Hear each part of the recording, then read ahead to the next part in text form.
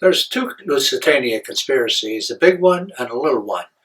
The big one is more popular than the little one, but not more important. The big conspiracy theory alleges that the British Admiralty, then headed by Winston Churchill, wanted the German U-boat to torpedo the Lusitania in order to draw the United States into the World War on the side of Great Britain. And there's evidence for this theory. It's not implausible. Winston Churchill said it would be very nice if something like that happened. He said that in writing. And it's also the case that the Admiralty never notified the Lusitania as to the whereabouts of the U-20, even though they knew perfectly well where it was. And they didn't send the destroyer to accompany the Lusitania from Ireland to Liverpool as they had promised. So these are certain aspects of the conspiracy theory that do make sense and are validated by the facts. But that said, all you have in the big conspiracy theory is circumstantial evidence, and I can't say that it's proven or unproven. I would say it's highly probable that the big conspiracy occurred, but it cannot be said to be proven indisputably beyond any doubt. The situation is somewhat different with the little conspiracy theory. The little conspiracy theory is better documented and very much harder to reject. The little conspiracy theory alleges that after the ship was sunk, after the Lusitania went down in the Irish Sea, having been struck by a torpedo, that there was a political cover-up, both in the United States and in Britain, and the goal of the political cover-up was to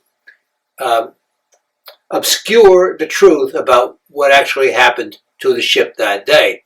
And the gist of the political cover-up, the absolute central contention of the political cover-up, was that two torpedoes struck the Lusitania. Not one, two. Now this was a bald-faced lie. The British knew perfectly well that only one torpedo had struck the Lusitania because they had read the contents of the German U-boat captain's message to his base.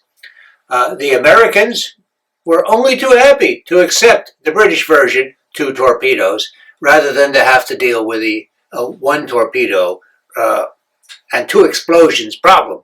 Why a problem? Because if there was two torpedoes and two explosions, then the Germans sank the boat and were responsible for a war crime.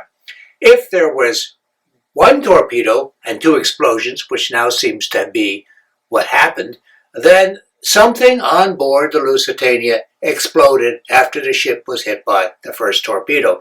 That fact, known to the public, would inevitably direct public debate to the question of what was the cause of the second explosion, the explosion that sank the ship.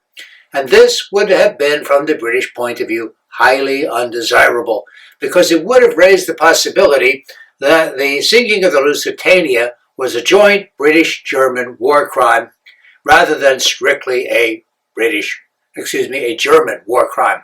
And had it been a joint British war crime, then the British would not have been able to extract much propaganda value out of it, and the United States would not have been driven into the war on the side of Great Britain by a joint British-German war crime. So it was really important to claim that the Lusitania was struck by two torpedoes, not one, and this is what they claimed. Now it is known absolutely for sure that only one torpedo struck that ship and that there was a second explosion. And so the existence of a political cover-up in the aftermath of the Lusitania is indisputable.